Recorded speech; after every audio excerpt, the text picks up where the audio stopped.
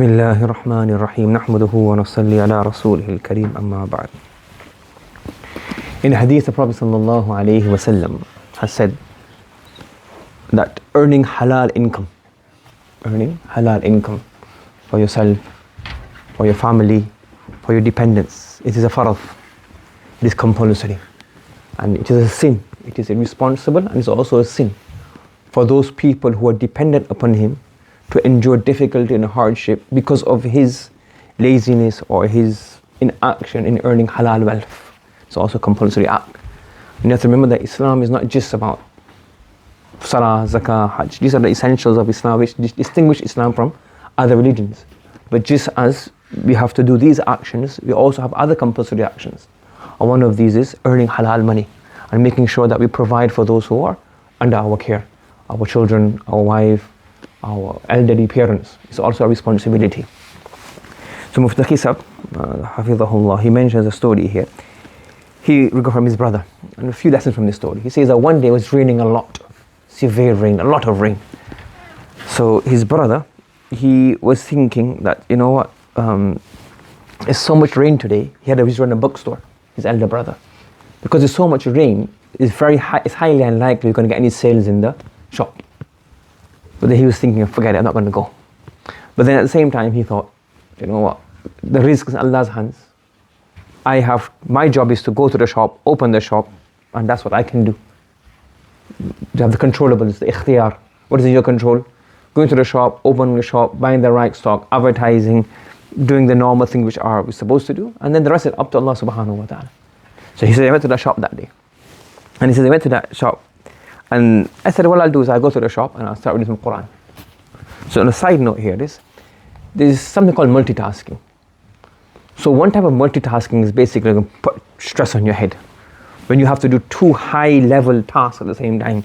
You're trying to use your phone and drive at the same time, because disaster. That's not multitasking, that's stupidity. Yes, you have a machinery and you're trying to use a phone.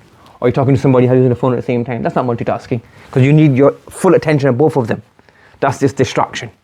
But multitasking is like, for example, you got your habit of reading Quran. Like you're waiting in the doctor's for an appointment. Now if you know I'm going to have a wait, take something to do with you. Whether it's worldly or non-worldly. So I got an article to read. I got a book to read. Like open your Quran, your mushaf. You do tasbihat. Some messages you have to reply to. Check some emails. So that's multitasking. Whilst you're waiting, do something else. So you're at a shop. So while I'm waiting the whole day, I can as well read Quran. There's one person here. His father was telling me he works in a shop. So whilst he's packing the stock, whilst he's packing the boxes, he works in the shop. So whilst he's packing and working around, he goes, I get all my Quran done. So whilst reading Quran, he can stack the boxes. So sometimes when you have the value of time, then people start to do this. So again, you don't want to overburden yourself, but slowly, when you start to put targets and little achievements you wish to acquire, then you start to do small things. And then what happens is that these things they add up a lot. We don't realize. So again, another side point is, if we want to achieve something, one of the best ways to achieve this is have a target. And again, don't make extra huge targets. They become huge eventually. They start off very small. So if you want to get anything done, let's say you want to get Quran Tilawah done. If you're doing 0, say I'll do 1 page a day. But make sure you have some kind of record or some kind of accountability. That 1 page a day, you either have a Google sheet or you have a little notepad or you have something and record it. And then you see, you think, I'm doing lots of Tilawah, and you realize, I only done 2 days this week. You see it in front of you that I've only done 2 days this week. Then you'll feel a bit guilty that I need to actually, and you get done. And some people, they start doing this, and then you have a target. Let's say you target 100 Salat al-Nabi a day. So you start 100, you miss 1 day, 2 days, you realize it. Then it becomes so habituated to you, you end up getting achievements you just never imagined. So that's one of the things. To make a target, you have to have some target. And don't make targets that are impossible, which you'll never achieve. Make achievable targets, and when you get them, you feel, alhamdulillah, I've got this. And then slowly those targets increase, and you get so much done in life. Yes? That's the first. So he was multitasking. He said, I'll go to the shop, and in the shop, I'll just read Quran. Nobody comes to the shop. And he said that day, that what happened was, on that day, the amount of customers that came in was more than normal, for some reason, because other shops were closed. So what he's saying from here, number one, is that we learned that a rosy and sustenance, rizq, from Allah subhanahu wa ta'ala. Our job is the controllables. Our job is to ensure that we go out and we try to earn to our full ability. And sometimes there are people who are they're lazy. So being lazy is not tawakkul. So sometimes people mix this up. Like they want to be lazy, they don't want to work hard, they don't want to be hard working, but then they take the name of Islam. That jo muqaddar mein ho milega. So that's true. Whatever is written for you, you'll get it. But it's your job to go and work hard, be an honest, hard-working person. Yes? What is tawakkul? Is that I put in all the effort, but what the results will come is only from Allah subhanahu wa ta'ala. What is zuhd fi dunya, absent from dunya, is that you go, you earn, and then your heart's not in the dunya. It's like, okay, I got a chance to make more money here, but my zuhr salah will miss. I don't want that. But doesn't mean you sleep all the way till zuhr. I say, I don't have love for the dunya. Not love for the dunya is you wake up at the fajr, you read Surah Yasin, you have your breakfast, you go to work and you work really hard, you come back for zuhr. You pay your zakat, you fulfill the rights. And then you don't buy anything haram. This is zahid fi dunya. Zahid fi dunya, meaning who doesn't have love for the dunya. It's not one who says, I'm lazy, I don't want to wake up because no, I don't want love for the dunya. That's you being lazy and you're taking the name of Islam.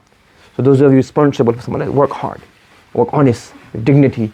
So you have to earn money. Somebody mentioned a very good point recently. He said that for halal nikah, Sayyidina Musa alayhi salatu wasalam worked for 8 to 10 years looking after sheep.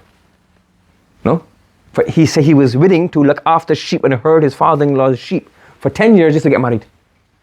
And to avoid zina, Sayyidina Yusuf alayhi salatu wasalam, he was willing to go to jail. You following?